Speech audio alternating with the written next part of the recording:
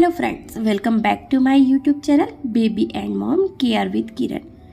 Newborn baby को सर्दी जुकाम खांसी अक्सर हो जाता है। स्टार्टिंग के फर्स्ट ईयर में बच्चों को लगभग 8 to 9 टाइम सर्दी जुकाम खांसी होता है। तो यह एक कॉमन सी बात है क्योंकि स्टार्टिंग के फर्स्ट ईयर में बच्चों की इम्यूनिटी काफ़ी वीक होती है और बच्चा इन्फेक्शन को तुरंत ही कैच कर लेता है। पर कुछ बच्चों को ज़्यादा सर्दी जुकाम खांसी होता है।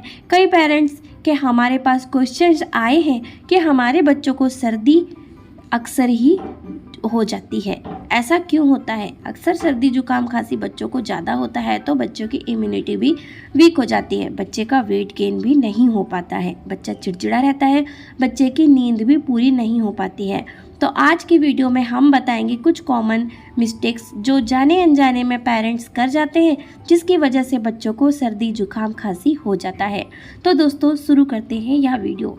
फर्स्ट मिस्टेक है, बच्चा गीला रह जाता है। सबसे ज़्यादा बच्चों को ठंड लगती है वह गीले होने की वजह से। अगर बच्चा कॉटन की नैपी पहनता है और हम कुछ टाइम तक बच्चों को चेक नहीं करते हैं उसने सुसु की है कि नहीं और बच्चा गीला रह गया तो उससे भी बच्चों को ठंड पकड़ लेती है या बच्चे का डायपर लीक हो जाता है। रात के समय कभी कभी बच्चे का डायपर लीक हो जाता है, स्पेशली सर्दी के मौसम में। तो रात में भी हमें एक बार बच्चे का डायपर चेक जरूर करना चाहिए। और अगर हम बच्चों को दूध पिलाते हैं तो दूध अगर बच्चा निकाल देता है या दूध पीते टाइम भी बच्चों का बाहर गिर जाता है जिससे कि बच्चे के कपड़े जो है वो भीग जाते हैं, जिससे उसकी छाती गीली हो जाती है और इससे भी बच्चों को बहुत ही जल्दी सर्दी लग जाती है। तो हमें इस बात का ध्यान रखना है कि बच्चा गीला ना हो, इसलिए दूध पिलाते टाइम बच्चों को विप जरूर पहनाएं। नेक्स्ट पॉइंट है बच्चों को हवा लग जाना। बच्चों को सर्दी जुकाम खांसी होने का दूसरा मेन रीज़न होता है कि उसे हवा लग जाती है, जिससे कई सारे रीजन्स होते हैं। जैसे कि अगर हम बच्चों को घर से बाहर लेकर जाते हैं, बाहर धूप है लेकिन साथ में हवा भी चल रही है तो उससे बच्चों को हवा लग जाती है, स्पेशली सर्दी के मौसम में।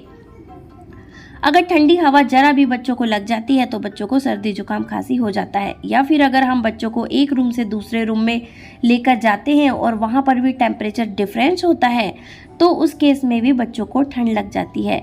या हम बच्चों की मालिश खुले एरिया में करते हैं तो भी बच्चों को हवा लगने के चांसेस होते हैं। तो हम कोशिश करें कि बच्चों को ठंडी हवाओं से बचाएं। नेक्स्ट पॉइंट है, अगर बच्चा कुछ ऐसे लोगों के कनेक्ट में आ जाता है जिससे इन्फेक्शन ऑलरेडी है, यानी कि जिसको सर्दी जुकाम खांसी फीवर है, तो भी बच्चा बहुत ही जल्दी इन्फेक्टेड हो जाता है। नेक्स्ट पॉइंट है, माँ को अपना भी ख्याल रखना चाहिए। ठंड के मौसम में डिलीवरी के बाद बॉडी काफ़ी वीक हो जाती है और अगर हम थोड़ी सी लापरवाही भी कर देते हैं, जैसे कि ठंडे पानी से नहा लिए, कुछ ठंडी चीज़ खा ली या बालों को धोकर अच्छे से पोंछा नहीं, तो भी ठंड लग सकती है। या हमने सॉक्स या कैप नहीं पहनी हो तो भी हवा लग जाती है। माँ को हवा लगती है और बच्चे के कांटेक्ट में जाने से बच्चों को भी इन्फेक्शन के चांसेस होते हैं, इसलिए आपको अपना भी ध्यान रखना चाहिए। नेक्स्ट पॉइंट है, सर्दी के मौसम में बच्चा अगर बोतल से फीड लेता है तो उस केस में हमें बच्चों को ठंडा दूध नहीं देना है। बच्चों को 6 मंथ से बड़ा है तो ठंडा खाना भी आपको नहीं देना है। जब आप बच्चों को बॉटल में दूध दे रहे हो तो दूध हमेशा गुनगुना ही होना चाहिए। नेक्स्ट पॉइंट है, अगर बच्चा 6 मंथ से बड़ा है तो ठंडी तासीर वाला खाना और स्पेशली फ्रूट जैसे कि बनाना, गुआवा, ग्रेप्स, ये सब बच्चों को मॉर्निंग और इवनिंग में आपको देना अवॉइड करना चाहिए। दोपहर के टाइम पर हम बच्चों को दे सकते हैं लेकिन सुबह शाम अगर हम बच्चों को फ्रूट्स देते हैं तो उससे भी बच्चों को सर्दी लगने के चांसेस ज़्यादा होते हैं।